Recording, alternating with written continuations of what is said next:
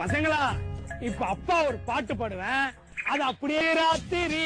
அம்மா இன்னைக்கு ராத்திரி பக்கத்து விட்டு ஆக்கியாப்பா.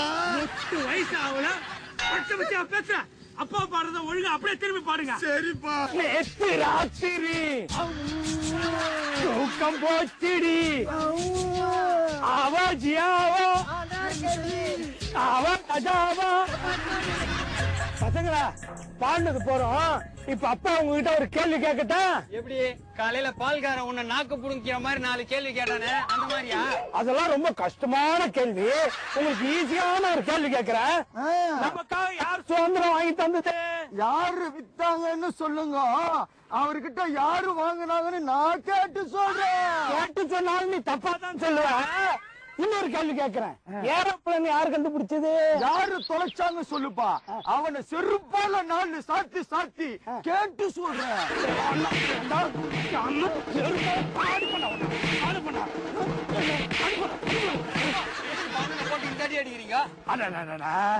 அடிக்கடி சின்னவன் இருக்கிறத நான் மறந்தே போயிடுறேன்.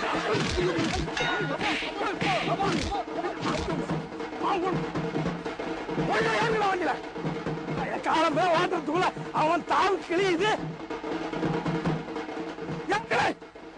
நானு கொண்டு விட்டேன் வரல. அக்கா இப்ப அப்பா ஒரு குரல் சொல்லுவேன், அத அப்படியே சொல்லணும், சரியா? எனக்கும் கற்றவை கற்ற பின் நிற்க அதற்கு தக தக தக தக தக தக தக தக தகங்கிறதுக்கு இது என்ன தங்க வேட்டியா? சொல்லணும். சரி சொல்றேன்பா.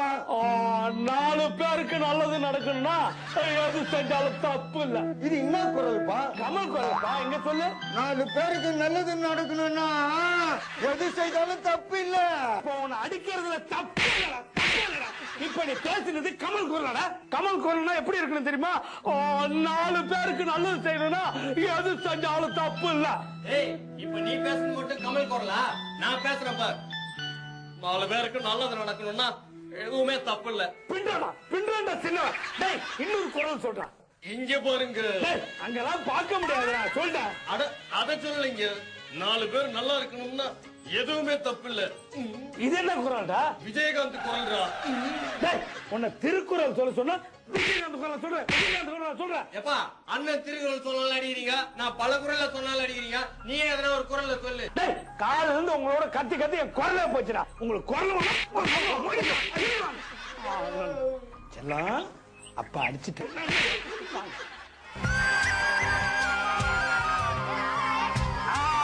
அக்கா ஸ்கூல் வந்துருச்சு, இறங்குங்க. அப்பா போயிட்டு வரப்பா. அப்பா சொன்னது ஞாபகம் இருக்குல்ல, எவனாவது நல்லா இல்ல படிச்சு பாஸ் பண்ணிட்டு அப்பா நான் பாஸ் ஆயிட்டேன் எல்லாருக்கும் சாக்லேட் வாங்கி தரணும் அப்படின்னு அப்பாவுக்கு செலவுகளும் வச்சுங்க. அவனை கொல்ல புட்டான். அக்கா அப்பா பாவம் இல்ல, நீங்க படிச்சு பாஸ் ஆயிட்டா எல்லாருக்கும் சாக்லேட் வாங்கி தரணும், புதுசா நோட்டு புக் எல்லாம் வாங்கி தரணும், ஸ்கூல் ஃபீஸ் எல்லாம் கட்டணும். இதெல்லாம் அப்பாவுக்கு தேவையில்லாத தண்ட செலவு தானே. அதனால தான் சொல்றேன், நல்லா படிச்சு சமத்த ஃபைல் ஆயிடுங்க, புரியுதா? மணி அடிக்க போது ஓடுங்க ஓடுங்க ஓடுங்க.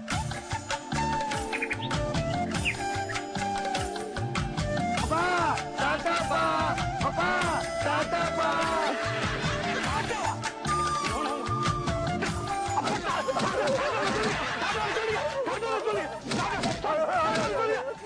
உங்க அப்பா டாட்டாவுல பிர்லாவுலடா, கால் வைத்து கஞ்சி கூட வழியில ஏறடா. அப்பா போய் போங்க போங்க வாடா. பாப்பா பக்கத்து வீட்டு வேலைக்கு அவங்க அப்பா துப்பாக்கி பட்டாசு எல்லாம் வாங்கி கொடுத்துருக்காரு, நீயும் வாங்கி கொடுப்பா. அதான் உங்க அப்பா அவனுக்கு வாங்கி கொடுத்துட்டாருல, நான் வேற வாங்கி கொடுத்தா உங்க அப்பா என்ன சந்தேகப்பட மாட்டாரா? என்ன திருக்குத்தனமா பேசுறீங்க? பிள்ளைங்க அதுகளை கேக்குதுங்க. ஓ, உங்களுக்கு பட்டாசு வேணுமா? என்னென்ன பட்டாசு வேணும்பா? துப்பாக்கி, லட்சுமி வெடி, ஆட்டோ பாம்பு, அணுகுண்டு. அணுகுண்டா? இல்லையே, இப்ப உடம்பெல்லாம் குறைச்சு ஒல்லி ஆயிட்டாங்களே. காஃபி வித் அணு பாக்கல. நான் பட்டாசு சொன்னேன்பா. ஓ, பட்டாசு சொன்னீங்க. அப்புறம் பாம்பு மாத்திரை, குருவி வெடி, மிளகா வெடி, அப்புறம் ஊதுவத்தி, பென்சிலு, சங்கு சக்கரம், புஷ்வானம். அப்புறம் என்ன பசங்க பாட்டுக்கு சொல்லிட்டே போறாங்க, நீங்களும் அப்புறம் அப்புறம்ங்கறீங்களே. வாங்கி கொடுக்கறது எவ்வளவு கஷ்டம். வாங்கி தந்தா தானே கஷ்டம். என்ன அப்படி சொல்றீங்க? எல்லா பிள்ளைகளும் வெடி வெடிச்சு சந்தோஷமா இருக்கும் போது நம்ம பிள்ளைகளை மட்டும் வேடிக்கை பார்க்க சொல்றீங்களா? அப்பா வெளில போறப்போ வெடி வாங்கிட்டு வரேன். நீ வெளில போறப்பலாம் அடிதானே வாங்கிட்டு வர. இல்லப்பா, இன்னைக்கு தீபாவளி, எல்லாரும் பிஸியா டிவி பாத்துட்டு இருப்பாங்க. அப்பாவை யாரும் அடிக்க மாட்டாங்க. இன்னைக்கு வெடி வாங்கிட்டு வரேன், நாளைக்கு வேணா அடி வாங்கிட்டு வரேன். அப்பா எது வாங்கிட்டு வந்தாலும் உங்களுக்கு கண்டிப்பா கொடுப்பேன். சரியா?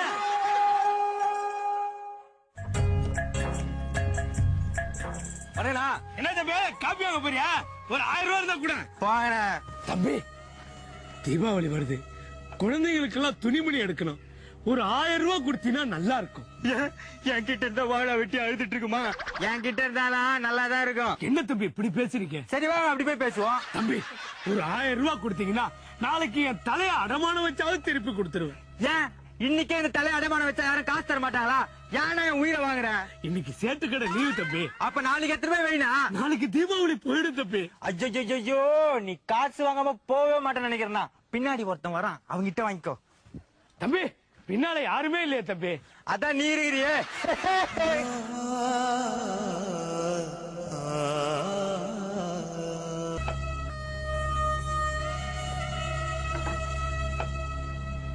ஒரு 500 ரூபாய் கை கொடுங்க. கடங்கிட கேட்டு கடை பக்கம் வந்த சவுத்து மீது செருப்பால் அடிப்பேன். போறாங்கிறது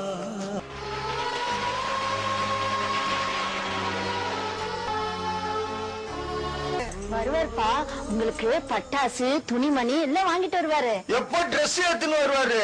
அதான் வருவான்னு சொல்.